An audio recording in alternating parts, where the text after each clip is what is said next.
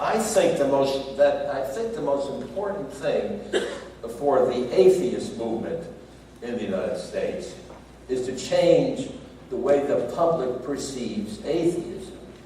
As you know, it is the most hated beliefs. I mean, recent polls have indicated that more people will not vote for an atheist. They vote for anyone else, but not an atheist. So a large percentage of the population feels that. And because we're known as angry atheists, AA, or anxious atheists, when we really ought to be affirmative atheists, altruistic atheists. And that's why I like the Buckners, because I know them, and they bring a healthy attitude about life. Or friendly atheists. There's a website called, as you know, Friendly Atheists, or Humanistic Atheists. So it's very important, it seems to me, that we think about redefining atheism.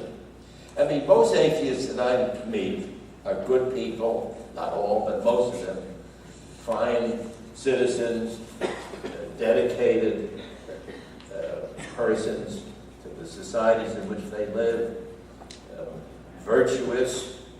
And so that is why it's important we make that clear. And I think that then there are two parts of the agenda. The first is the critical examination of the claims of religion, which have been suppressed, as we know, for a long time.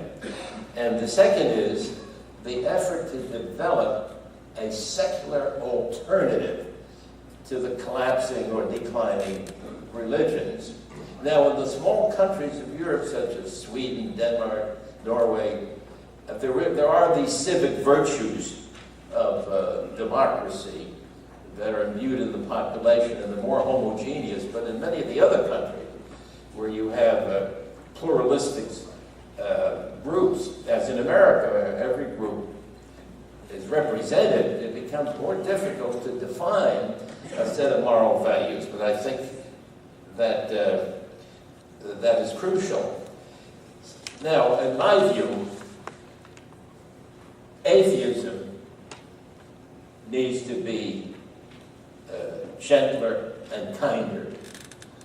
The Parliament says kindler, but kinder. Yes, so we have to give that impression of being a civilized, morally committed group of Americans and others who, on the basis of science and reason, are skeptical of the claims of religion, and also demonstrate that it is possible to have moral integrity and express goodwill in order to reassure people that we are committed to the moral outlook. Now, I knew Madeline Murray for years going back, and she had been terribly attacked and criticized in her lifetime. She was considered to be the most hated woman in America, and she, in one sense, gloated that because it pushed her into great prominence. And her organization was infiltrated by the FBI and by others who were intent on destroying it. I should say parenthetically that I do not accept the official, quotes, unquotes, version of how she was murdered, that tragic occurrence of her and two members of her family. And I think at some point there ought to be an independent, objective investigation of what occurred at that time. So she was angry, and should I tell her the last letter I got from Madeline? Well, I don't want to use it in any way critical of her, because I think she's made an enormous contribution. The last letter to me was, P.S. Kurtz, fuck you.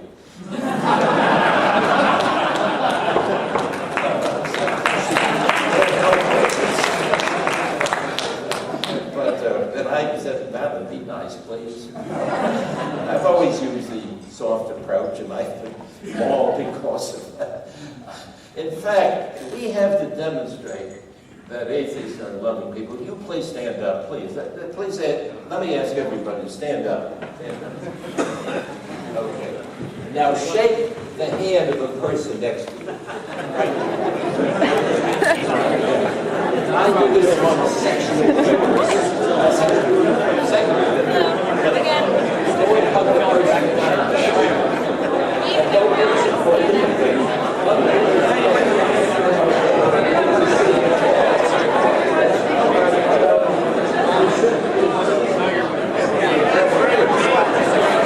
You shouldn't be so serious. Don't be serious.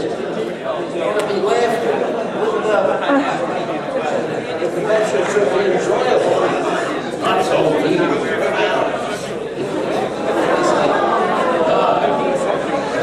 It's an affirmation and celebration of human life. Yes. What is our supreme value? I've done this all my life. What is my supreme value? My supreme value. Life itself is worthwhile. It is important. It is due to chance that these sperm of the trillions and trillions that have been ejaculated, these eggs of the hundreds and hundreds, and then you're born. And you survive. That the egg is attached to the woman's uterus, that you're able to survive pregnancy and come into this world. And so it's the gift, not from anybody. It is a great prize, cherished fact of life, and live fully. And so many people are mean-spirited and naysayers, so we shouldn't be known as naysayers. We're critical of the God illusion. Yes, someone has to do that, but we believe in the positive affirmations of life. And that ought to be a message. Never leave without that notion that we have alternatives. And there's a vast literature on how to achieve the good life.